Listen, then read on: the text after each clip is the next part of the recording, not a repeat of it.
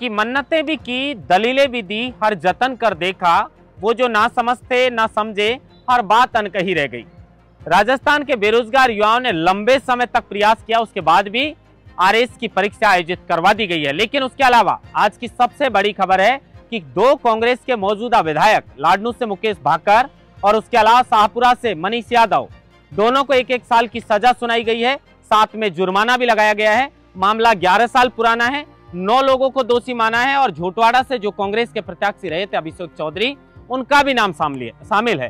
क्या ये पूरा मामला है, विस्तार से बातचीत करेंगे कि क्यों आखिर सजा सुनाई गई। लेकिन उसके अलावा किरोड़ी लाल मीणा अपने महकमे से जुड़े कामों को लेकर लगातार जो है वो फुल ऊर्जावान दिख रहे हैं और लगातार ताबड़तोड़ उनका एक्शन भी देखने को मिल रहा है। लेकिन दूसरी तरफ सब इंस्पेक्टर भर्ती के मुद्दे को लेकर हनुमान बेनीवाल अभी भी प्रयास कर रहे हैं और वो चाहते हैं कि आरपीएससी का पुनर्गठन हो और सब इंस्पेक्टर भर्ती को रद्द किया जाए। लेकिन सवाल ये कि राजस्थान का बेरोजगार युवा हो या जाट हो या गुर्जर, ये लगातार आंदोलन की राह पर चलने जैसे आसार क्यों बन रहे हैं। और बेरोजगार युवाओं को, चलिए जाट और गुर्जर तो अपनी समाज को आरक्षण दिलवाने को लेकर इस तरह का प्रयास कर सकते हैं, लेकिन प्रदेश के बेरोजगार युवा तो पूरे प्रदेश के हैं, इनकी तो कोई जाति धर्म है नहीं।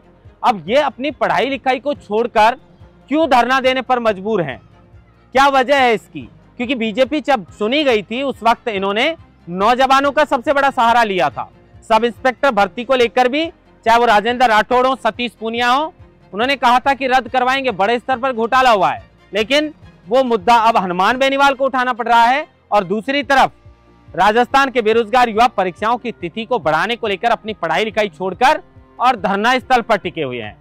क्या मामला है, इस तरीके से क्यों राजस्थान के युवा मजबूर है? क्योंकि फर्स्ट ग्रेड भर्ती का मामला जिसको पोस्टपोन करने को लेकर अभी भी छात्र धरने पर बैठे हैं और उसके अलावा जाटों ने 29 तारीख का अल्टीमेटम दे रखा है, तो गुर्जरों ने भी 29 तारीख को सिकंदरा में वहां पंचायत का ऐलान कर रखा है कि मांगे नहीं मानी गई तो फिर सिकंदरा में वहां पंचायत होगी। पीलूपुरा में जो सबने देखा किस तरीके से महापंचायत के बाद रेल को रोक दिया गया था, तो ऐसा क्यों हो रहा है, आज विस्तार से इन सब खबरों पर चर्चा करेंगे। नमस्कार, आप देख रहे हैं लोकमत हिंदी और मैं हूं आपके साथ महेंद्र वासोटा।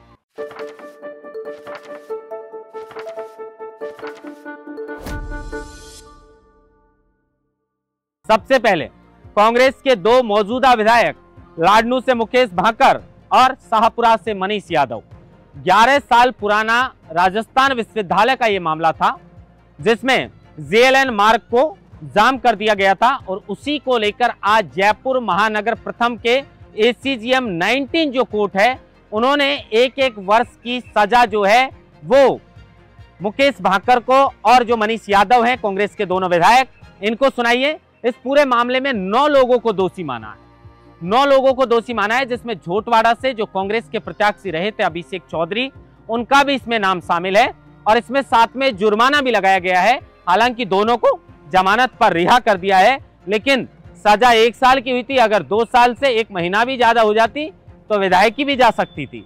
वो कंवरलाल मीणा 20 वर्ष पुराना मामला था, अंता से चुने गए थे, सत्ता में बीजेपी है, उसके बाद भी उनका अतीत ने पीछा नहीं छोड़ा। तो अतीत कभी किसी का पीछा छोड़ता ही नहीं है, चाहे आप किसी भी पद पर चल जाएं, क्योंकि 20 वर्ष पुराने मामले में उन्हें सजा सुनाई गई 3 वर्ष की और उस मामले में उनकी विधायकी चली गई। अब 11 वर्ष पुराना ये मामला है जिसमें कांग्रेस के 2 विधायकों को 1-1 वर्ष की सजा सुनाई है, जमानत इनको मिल गई है और अभिषेक चौधरी का भी नाम इसमें शामिल है। इसके अलावा अब आज की मुख्य खबर पर लौटते हैं। किरोड़ी लाल मीणा एक संघर्षशील नेता के रूप में राजस्थान में पहचान बना चुके हैं और किसी को भी अगर न्याय की उम्मीद होती है तो वो डॉक्टर किरोड़ी लाल मीणा के दरवाजे पर जरूर दस्तक देता है। उन्हें उम्मीद रहती है कि कहीं से न्याय नहीं मिला तो डॉक्टर किरोड़ी लाल मीणा दिला देंगे, क्योंकि किरोड़ी बाबा को ये परवाह नहीं रहती कि वो सत्ता में है या वो विपक्ष में है, किसी पद की कोई चिंता नहीं रहती और वो हर किसी का साथ भी देते हैं और जो साथ देता है उसी के दरवाजे पर हर कोई दस्तक देता है। लेकिन सवाल यह है कि राजस्थान में जिस तरीके से आरएएस भर्ती को लेकर हर जतन किया, हर प्रयास किया, लेकिन उसके बाद भी आरपीएससी ने किसी की नहीं सुनी। लेकिन वो मैंने कल भी कहा था कि ये जो भरोसा होता है ना साहब, ये भरोसा इसी पर पूरी दुनिया कायम रहती है और ये जब टूटता है तो दिल चकनाचूर हो जाता है।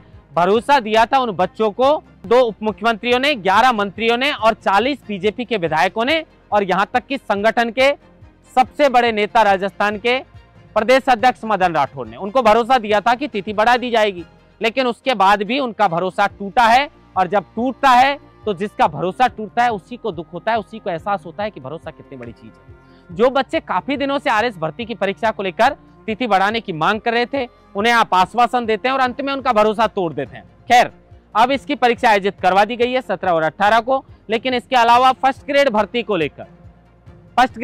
लेकर बच्चे परीक्षा की तिथि को पोस्टपोन करवाने को लेकर लगातार धरना दे रहे हैं। उनकी मांग है कि परीक्षा की तिथि को बढ़ाया जाना चाहिए। लेकिन सवाल ये उठता है कि जो बच्चों के नाम पर सत्ता में आई थी सरकार, इन बेरोजगार युवाओं के, उनके हक में तो कम से कम सरकार को बोलना चाहिए। उनकी आवाज तो सरकार के कानों तक पहुंचनी चाहिए। उनके जब मंत्री, उनके उप मुख्यमंत्री, उनके जो प्रदेश के संगठन के जो प्रदेश अध्यक्ष हैं, वो आश्वासन करने के बाद भी मुख्यमंत्री नहीं सुनते या मुख्यमंत्री जी की आरपीएससी नहीं सुनती, जो उनका भरोसा तोड़ा जाता है। सब इंस्पेक्टर भर्ती में भी यही हुआ है। सब इंस्पेक्टर भर्ती का मुद्दा डॉक्टर किरोड़ी लाल मीणा ने सबसे पहले उठाया था और उसके बाद दावा भी उन्होंने किया था कि 500 से ज्यादा फर्जी थानेदार हैं। इसमें 859 पोस्ट में 500 से ज्यादा फर्जी थानेदार हैं। उसके बाद भी आज तक इस भर्ती को रद्द नहीं किया गया है, जबकि चुनाव के अंदर सबसे ज्यादा बड़ा मुद्दा जो बीजेपी ने बनाया था वो इस भर्ती का ही बनाया था। इसको लेकर अब हनुमान बेनीवाल संघर्षरत हैं। लगातार वो जो है वो इस भर्ती को रद्द करने की मांग कर रहे हैं और आरपीएससी के पुनर्गठन की मांग कर रहे हैं। लेकिन सवाल यह है कि बच्चों को किताबें हाथ में लेनी चाहिए, उन्हें पढ़ाई लिखाई करनी चाहिए, लेकिन बीजेपी की डबल इंजन सरकार में बच्चे लगातार धरना प्रदर्शन करने को मजबूर हैं। बावजूद उसके उनकी मांगों को सुना नहीं जाता, समझा नहीं जाता और भरोसा दिया भी जाता है तो वो सिर्फ तोड़ने के लिए दिया जाता है। सरकार से हम सब यही कहेंगे नौजवानों के लिए कि या तो इन्हें भरोसा दो मत, और दो तो फिर तोड़ना नहीं चाहिए, क्योंकि आरएस भर्ती में तो साफ तौर पर भरोसा टूटा है इन बच्चों का। और इसमें बड़ा नुकसान इसलिए भी हुआ है क्योंकि आरएस की जो पिछली परीक्षा हुई उसका अंतिम परिणाम अभी तक जारी नहीं किया गया। वो बच्चे भी इस परीक्षा के अंदर बैठे हैं, तो बड़ा नुकसान इसको लेकर हुआ है। कहीं ना कहीं ये बात किरोड़ी लाल मीणा ने भी कही थी, लेकिन अब किरोड़ी लाल मीणा तो जब से जो है वो सक्रिय मंत्री के तौर पर कामकाज करना शुरू किया, उसके बाद उनका ध्यान अपने महकमे के कामकाज पर है। हालांकि वो भी किसानों के लिए अच्छा कर रहे हैं, नकली खाद और नकली बीज बनाने वालों पर लगातार नकेल कसने का काम कर रहे हैं। आज भी लगातार उनका एक्शन देखने को मिला है। लेकिन सवाल यह है कि सत्ता में आते वक्त तो राजस्थान के बेरोजगार भी दिखते हैं, गरीब भी दिखते हैं, किसान भी दिखते हैं, और जब सत्ता में आ जाते हैं उसके बाद इनको नजरअंदाज क्यों किया जाता है? नहीं करना चाहिए, क्योंकि इसका खामियाजा भी सरकार को भुगतना पड़ सकता है, क्योंकि चुनाव तो हर 5 साल में होते हैं। ये आरएस भर्ती को लेकर सबके दिलों में एक टीस थी।